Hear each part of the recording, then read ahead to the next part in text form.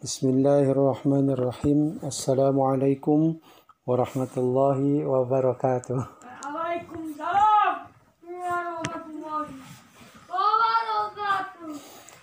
Alhamdulillahilladzi anzala as-sakinata fi qulubil mu'minina liyazdadu imanan ma'a imanihim. Walillahi junudus samawati wal ard. Wa kana Allah bikulli syai'in alima. Asyhadu an la ilaha illallah wahdahu la syarika lah wa asyhadu anna Muhammadan abduhu wa rasuluhu la nabiyya ba'dah. Allahumma salli ala sayyidina Muhammadin wa ala alihi wa sahbihi wa man tabi'ahum bi ihsanin ila yaumil qiyamah, amma ba'du. Puji syukur mari kita panjatkan kehadirat Allah Subhanahu wa taala yang pada hari ini hari kedua di bulan Ramadan. Kita masih diberikan rizki oleh Allah Subhanahu wa taala untuk menikmati indahnya melaksanakan salah satu kewajiban yang Allah perintahkan, yaitu ibadah saum di bulan Ramadan. Mudah-mudahan ibadah saum kita diterima oleh Allah Subhanahu wa taala.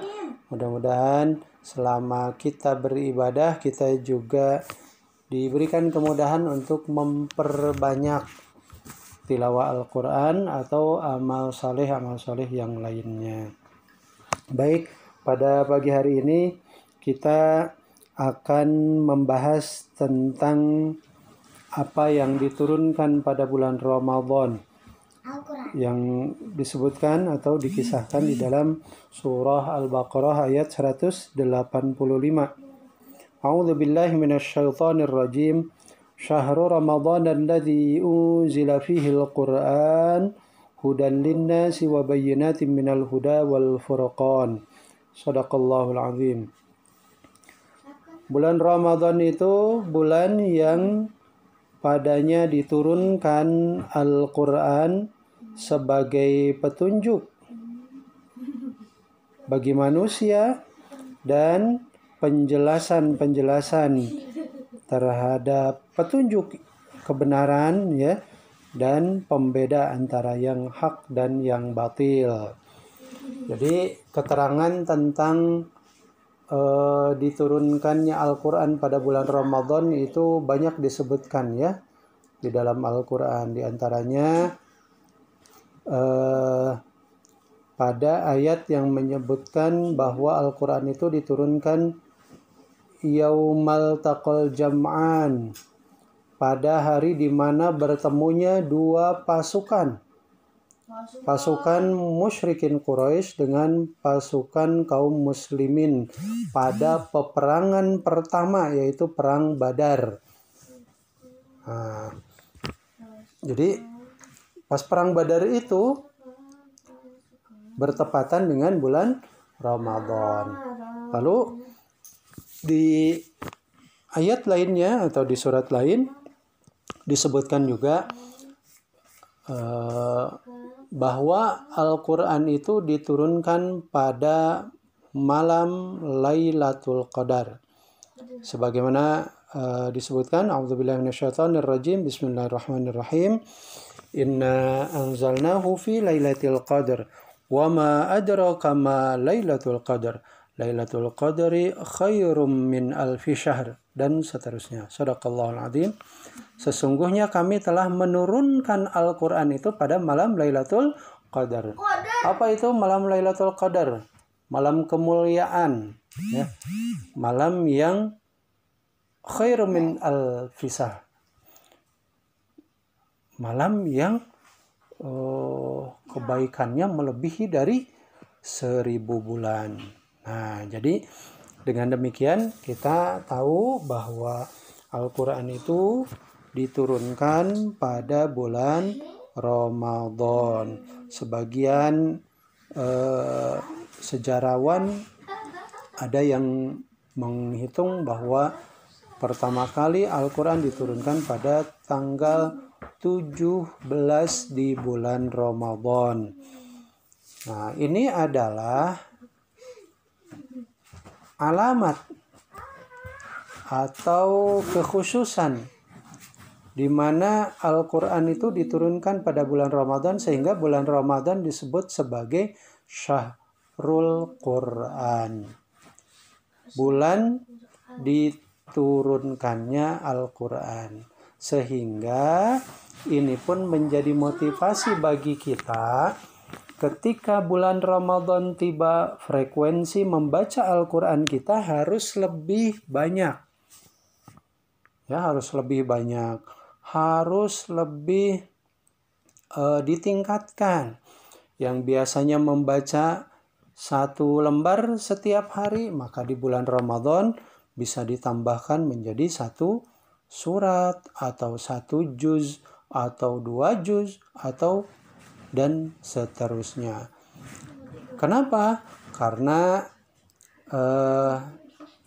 ini akan memberikan kebaikan tersendiri kepada kita, di mana ketika kita sedang saum, ketika kita sedang berpuasa, dalam kondisi kita tidak menunggu makanan, tidak menunggu minuman yang akan diminum ya, atau makanan yang akan disantap di siang hari, maka kita punya waktu lebih fokus untuk memperdalam Al-Quran atau menghafalkan Al-Quran. Sebagaimana dulu juga Rasulullah SAW, beliau itu setiap bulan Ramadan akan kedatangan malaikat Jibril untuk mengecek hafalan beliau. Nah, jadi setiap 1 tahun sekali malaikat Jibril datang khusus kepada Rasulullah SAW untuk mengecek hafalan Al-Quran beliau. Bahkan di tahun atau di Ramadan terakhir, tahun terakhir Rasulullah SAW menjelang wafat, beliau kedatangan malaikat Jibril sebanyak 2 kali.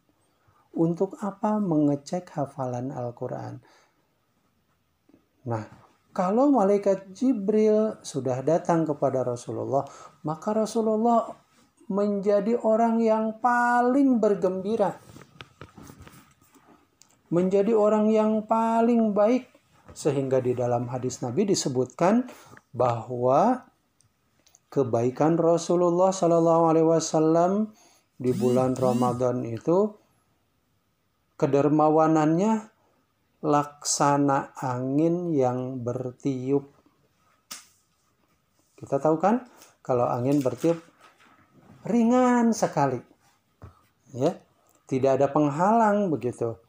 Nah, saking ringannya tuh hati Nabi ringan, kedermawanannya bertambah ketika berada di bulan Ramadan, karena beliau gembira kedatangan malaikat Jibril secara khusus mengecek hafalan Al-Quran beliau. Karena memang Al-Quran itu adalah sebagai petunjuk bagi manusia. Hudan linnas, sebagai petunjuk bagi manusia. Bayangkan kalau manusia tidak diberikan petunjuk oleh Allah hidup di dunia ini, maka kehidupan akan kacau. Jangankan tidak diturunkan Al-Quran atau kitab suci, bahkan diturunkan Al-Quran pun masih banyak orang yang mendurhakainya. Nah, kita alhamdulillah diberikan taufik dan hidayah oleh Allah Subhanahu wa taala untuk menjadikan Al-Quran sebagai pedoman hidup, pedoman di dalam hidup kita.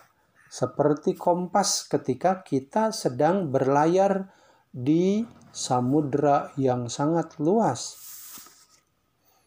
Nah, samudra kehidupan kita akan sampai, ya, akan menyampaikan kita kepada tujuan akhir, ya. Tujuan akhir kita adalah surga. Nah, untuk sampai kepada surga, maka kita harus menjadikan Al-Quran sebagai pedoman hidup kita. Dijadikan pedoman, artinya apa? Sama seperti ketika kita berada dalam gelap gulita, maka kita membutuhkan lampu. membutuhkan cahaya. Maka Al-Quran adalah sebagai cahayanya. Ketika kita berada di padang pasir yang sangat luas, yang teriknya sangat panas, kemudian tidak ada petunjuk jalan, maka kita pada saat itu membutuhkan payung sebagai peneduh dan membutuhkan kompas sebagai pengarah untuk sampai pada tujuan kita. Nah, maka Al-Quran di dalam hidup kita itu seperti itu. Kalau kita hidup tanpa panduan Al-Quran, maka kita akan tersesat. Kalau kita hidup tanpa panduan Al-Quran, maka kita akan terus-terusan saja berbuat maksiat kepada Allah Subhanahu wa Ta'ala, karena tidak ada batasan. Sementara hidup itu ada batas-batasnya. Nah, batas-batasan itulah yang Allah turunkan ya berupa petunjuk hidup, yaitu Al-Quranul Karim. Nah, di dalam hadis Nabi kita diingatkan, jika kita tidak mau tersesat, maka kita harus memegang dua perkara. Kata Rasulullah SAW, taraktu fikum amroini ma in tamassaktum bihima lan tadillu abadan, kitab Allah wa sunnata rasulih. Taraktu fikum, aku meninggalkan dua perkara kepada kalian, kata Nabi. Ma in tamassaktum bihima, yang sekiranya kalian berpegang teguh dengan keduanya, lan tadillu abada, maka kalian tidak akan pernah sesat. Apa itu yang harus dipegang teguh? Kitab Allah, Al-Quran, wa sunnata rasulihi, dan sunnah Rasulullah Sallallahu Alaihi Wasallam. Oleh karena itu, mari kita jadikan Al-Quran sebagai petunjuk dalam kehidupan kita. Dan juga kita jadikan sebagai wabayyinatim minal huda, penjelasan-penjelasan terhadap petunjuk kebenaran, wal furqan, dan pembeda antara yang hak dan yang batil. Jadi Al-Quran itu dijadikan sebagai timbangan. Jika ada sesuatu yang masih meragukan, maka Al-Quran akan memberikan keyakinan. Jika ada sesuatu yang masih tersamar, maka Al-Quran yang akan memberikan penjelasan. Jika kita bingung dengan sesuatu, apakah itu benar atau salah, maka Al-Quran adalah sebagai Al-Furqan, pembeda antara yang hak dan yang batil. Dan ini sudah sangat tegas. Dengan Al-Quran kita bisa membedakan mana jalan yang benar, mana jalan yang salah. Sehingga ketika kita meminta kepada Allah, ihdinas siratal mustaqim, tunjukilah kami ke jalan yang lurus. Nah, jalan yang lurus itu adalah jalan syariat, jalan Islam, jalan yang ditunjuki oleh kitab Al-Quran. Begitu banyak pedoman yang bisa kita pelajari dan kita manfaatkan yang terdapat di dalam Al-Quran, sehingga dari awal kita bangun sampai kita tertidur, sampai kita bangun kembali, hidup kita itu harus berdasarkan pedoman yang telah Allah turunkan, yaitu Al-Quranul Karim. Ketika kita beraktivitas, maka Al-Quranlah sebagai pedoman hidup. Ketika kita bekerja, Al-Quran sebagai pedoman hidup. Ketika kita mencari ilmu, sekolah, Al-Quran sebagai pedoman hidup. Ketika kita berumah tangga, maka Al-Quran sebagai pedoman hidup. Ketika kita terjun di bidang politik, di bidang ekonomi, di bidang sosial, budaya, dan sebagainya, maka jadikanlah Al-Quran sebagai pedoman hidup kita. Jadi patokan yang di situ kita bertumpu, jadi pegangan yang di situ kita memegang erat dengan teguh. Al-Quran adalah jalan hidup yang akan menyelamatkan kita di dunia dan di akhirat. Maka berbahagialah orang-orang yang menjadikan Al-Quran sebagai panduan dalam hidupnya. Seperti alat-alat elektronik yang kita beli, baik itu HP atau kulkas, rice cooker, apapun itu biasanya ada manual buku petunjuk. Ya, supaya apa? Supaya kita bisa memperlakukan atau menggunakan barang elektronik itu dengan semestinya, sesuai dengan ketentuan. Kenapa? Kalau tidak sesuai dengan ketentuan, maka akan terjadi kerusakan. Kalau terjadi kerusakan, maka akan binasalah kita. Misalnya alat elektronik dijadikan mainan, colokannya dimasukin, dikeluarin, akhirnya kebakaran.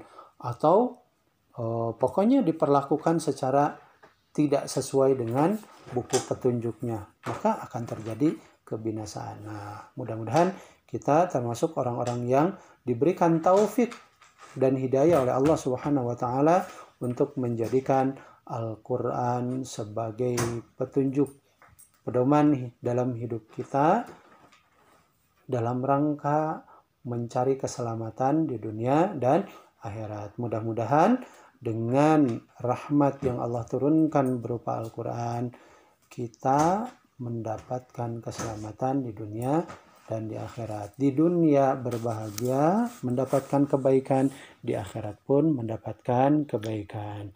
Demikian, terima kasih. Usikum wa nafsi bitaqwallah. Wassalamualaikum warahmatullahi wabarakatuh.